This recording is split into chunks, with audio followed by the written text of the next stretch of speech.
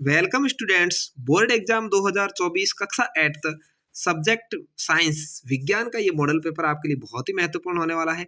इस model paper के अंदर अपन बात करेंगे कि आपको किस तरह से अच्छे नंबर मिल सकते हैं।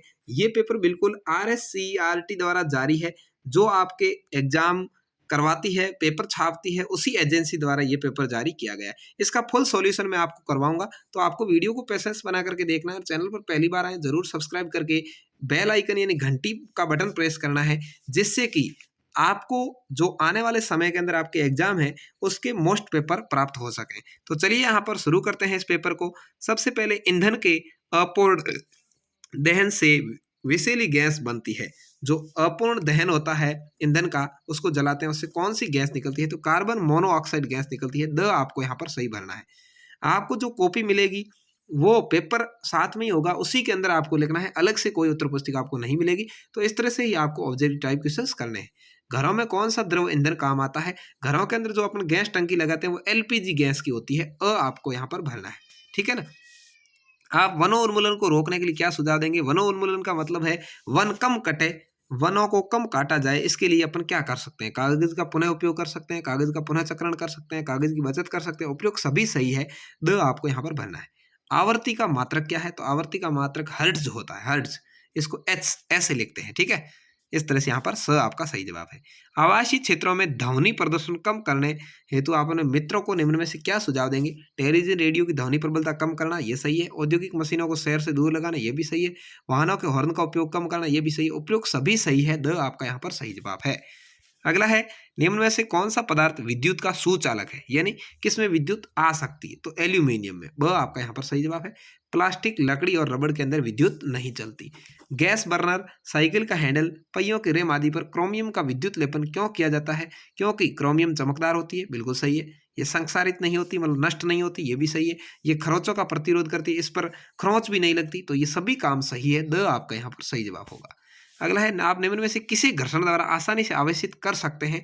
किसको आप घर्षण से आकर्षित मतलब नहीं कर सकते, आवेशित नहीं कर सकते? तो तांबे की वस्तु को। प्लास्टिक की स्केल है, आप सिर के अंदर घिस करके घर्षण करके यदि कागज पास में ले जाएंगे तो वो कागज आपको पकड़ लेगी। फूला हुआ गुब्बारा है, उसको भी यदि आप सिर के अंदर कैसे अपने शरीर पर घिसते हैं और फिर कागज वगैरह उठाते हैं तो वो पकड़ लेगा। ऊनी स्वेटर भी ऐसा कर लेगा, लेकिन तांबे की वस्तु नहीं करेगी। तो आवेशित नहीं कर सकते हैं, ऐसी है तांबे की वस्तु। सी आपका यहाँ पर सही जवाब होगा। अब आपके अति लघुत्रात्मक क्वेश्चन आएंगे 9 से 12 तक। ये 4 क्वेश्चन 2-2 नंबर के आएंगे। निम्न में सिंचाई की पारंपरिक और आधुनिक साधनों को सारणी में लिखना है। मोट, ड्रिप तंत्र, ढेकली, छिड़काव तंत्र, रहट।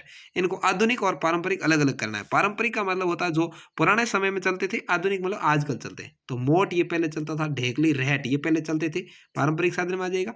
आधुनिक में आएगा ड्रिप तंत्र, जो आजकल आप सबने लगा रखा होगा, आपके जो भी अरंडी वगैरह आप बोलते हैं उसके अंदर ड्रिप, बूंद बूंद सिंचाई जिसको कहते हैं। और छिड़काव तंत्र ये आजकल चलते हैं। छिड़काव तंत्र मतलब फुहारा, फुहारा पद्धति, ठीक है। ये आजकल चल रहे हैं, ठीक है। अगला है, प्रतिजैविक औषधियों के निर्माण में आप किसका उपयोग करेंगे?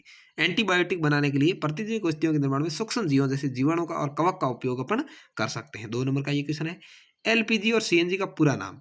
LPG का पूरा नाम होता है द्रवित पेट्रोलियम गैस, इंग्लिश में कहते हैं लिक्विड पेट्रोलियम गैस, ठीक है। द्रवित को लिक्विड भी बोलते हैं इंग्लिश में। CNG का पूरा नाम है संपीड़ित प्राकृतिक गैस, ठीक है। तो इस तरह से आपका ये सही दोनों आंसर हो गए।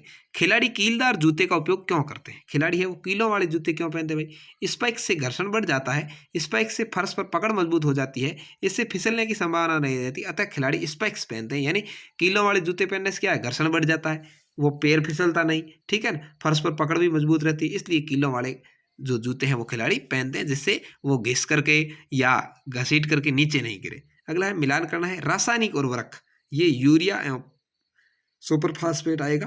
कार्बनिक खाद, कार्बनिक खाद के अंदर पशु का अपशिष्ट, गोबर, पादप अवशेष आदि आते हैं। खरीफ की फसल के अंदर अपन चावल और मक्का आदि बोते हैं। और थ्रेसिंग से अनाज के दानों को भूसे से अलग करना थ्रेसिंग कहलाता है। तो यहाँ पर ये 4 नंबर का आपके क्वेश्चन हो गया। अगला है, नाइट्रोजन स्थिरीकरण में राइजोबियम जीवाणु के महत्व को समझाना है। तो राइजोबियम जीवाणु है लेग्यूम पौधों जैसे सेम और मटर की ग्रंथिकाओं में रहते हैं, जो सहजीविता कहलाती है। राइजोबियम वायुमंडलीय नाइट्रोजन का स्थिरीकरण कर पौधे के उपयोग हेतु उपलब्ध करवाता है, ठीक है। तो इस तरह से 4 नंबर का क्वेश्चन है। देखिए 2-2.5 लाइन के अंदर ही आपको 4 बेहतरीन नंबर मिल सकते हैं। अच्छे से आपको याद कर लेना है, बहुत ही मोस्ट है। निम्नलिखित कथनों के सामने सत्य असत्य आपको लिखना है। जीवाश्म ईंधन समाप्त होने वाले संसाधन है, बिल्कुल सही बात है, सत्य है। ठीक है, जीवों वाले ईंधन कोयला वगैरह ये खत्म होने वाले हैं, पेट्रोल वगैरह। कोयला और पेट्रोल असीमित संसाधन है, ये असत्य बात है। असीमित का मतलब है इसका कोई पार नहीं, ऐसा नहीं है, ये जल्दी खत्म हो सकते हैं। कोल तार विभिन्न पदार्थों का मिश्रण है, ये बात सत्य है। हाँ, कोल तार होता है, उसके अंदर बहुत सारे पदार्थ होते हैं। पैराफिन मोम का उपयोग मरहम, मोमबत्ती या वैसलीन आदि बनाने में किया जाता है, बिल्कुल सत्य बात है, इसका प्रयोग किया जाता है। ठीक है, तो यहाँ पर ये आपके इस तरह से हो जाएगा। अगला है दहन और ज्वाला में कोई दो अंतर बताने हैं। दहन होता है और ज्वाला क्या है, देखिए। ज्वाला होती है जो अग्नि के ऊपर आपको लाल कलर की दिखाई देती है ना, वो। देखिए दहन क्या है, एक रासायनिक अभिक्रिया जिसमें पदार्थ ऑक्सीजन से अभिक्रिया कर उष्मा देता है, गर्मी देता है। जैसे कोयले भभक रहे हैं, लाल है एकदम, तो वो दहन हो रहा है। और यदि उसके अंदर से ऊपर लपटें निकल रही है तो वो ज्वाला है। ये दहन के समय वाष्पित पदार्थ से उत्पन्न होती है। इससे अधिक मात्रा में ऊर्जा उत्पन्न होती है दहन से, इससे कम मात्रा में ऊर्जा उत्पन्न होती है। ठीक है, इसको अपन ऊपरी ऊपरी जो मतलब आग जलती है तो ऊपर जो लाल लाल होती है उसको कहते हैं ये ज्वाला, और जो अंदर अग्नि होती है मेन उसको दहन कहते हैं। तो यहाँ इसका अंतर हो गया। अगला है निम्न का आशय स्पष्ट करना है। रेड डाटा बुक क्या है, रेड डाटा पुस्तक, और जैव विविधता क्या है। तो रेड डाटा पुस्तक वह पुस्तक है जिसमें सभी संकटापन्न स्पीसीज का रिकॉर्ड रखा जाता है, यानी जो संकट में, जो खत्म होने वाले हैं, जो कम हो रहे हैं, उनका रिकॉर्ड रेड डाटा बुक में रखा रहता है। पौधे, जंतु और अन्य स्पीसीज के लिए अलग अलग रेड डाटा बुक है। पौधों के लिए अलग है, जंतुओं के लिए अलग है, अन्य चीजों के लिए अलग है। और जैव विविधता क्या है, जैव विविधता का अर्थ है पृथ्वी पर पाए जाने वाले विभिन्न जीवों की प्रजातियां, उनके पारस्परिक संबंध और पर्यावरण में उनका संबंध, यानी अलग अलग जीव है जो वो जैव विविधता कहलाते हैं। एक ही जैसे जीव हो तो जैव विविधता नहीं कहलाएगा, अलग अलग होंगे तो जैव विविधता कहलाएगा। अगर रिक्त स्थानों की पूर्ति आपको उचित शब्दों में से ही करनी है, ये दिए हुए हैं इनमें से ही छांटना है। अमीबा द्वारा जनन करता है, अमीबा किसके द्वारा करता है भाई, द्विखंडन द्वारा जनन करता है, तो यहाँ पर आपको एक नंबर भी द्विखंडन का जाएगा। दूसरा है अंडाणु एवं शुक्राणु का संलयन निषेचन कहलाता है। क्या कहलाता है, निषेचन का आपको यहाँ पर लिख देना, निषेचन कहलाता है। मनुष्य, गाय और कुत्ते आदि जंतु जो शिशु को जन्म देते हैं उन्हें हाइड्रा कहते हैं। क्या कहते हैं, हाइड्रा कहते हैं, यहाँ पर हाइड्रा आ जाएगा। ठीक है, सॉरी जरायुज कहते हैं। क्या कहते हैं भाई, जरायुज कहते हैं, जो जन्म देते हैं। हाँ, मैंने देखा यार ऐसे कैसे। मनुष्य, गाय कुत्ते आदि जरायुज कहलाते हैं। ठीक है, जो अंडों को उत्पन्न करते हैं वो अंडज कहलाएंगे। ठीक है, लेकिन यहाँ अंडज पूछा नहीं है। और जो बच्चों को उत्पन्न करते हैं उनको जरायुज कहते हैं, यहाँ जरायुज आ जाएगा। मुकुलन द्वारा जनन हाइड्रा करते हैं, हाइड्रो के अंदर जो जनन होता है वो मुकुलन द्वारा होता है। तो इस तरह से ये 4 क्वेश्चन आपके हो गए। उसके बाद दाब और बल में संबंध को सूत्र द्वारा समझाना है। दाब क्या है, बल क्या है, देखिए। किसी पृष्ठ के प्रति एकांक क्षेत्र पर लगने वाले बल को दाब कहते हैं।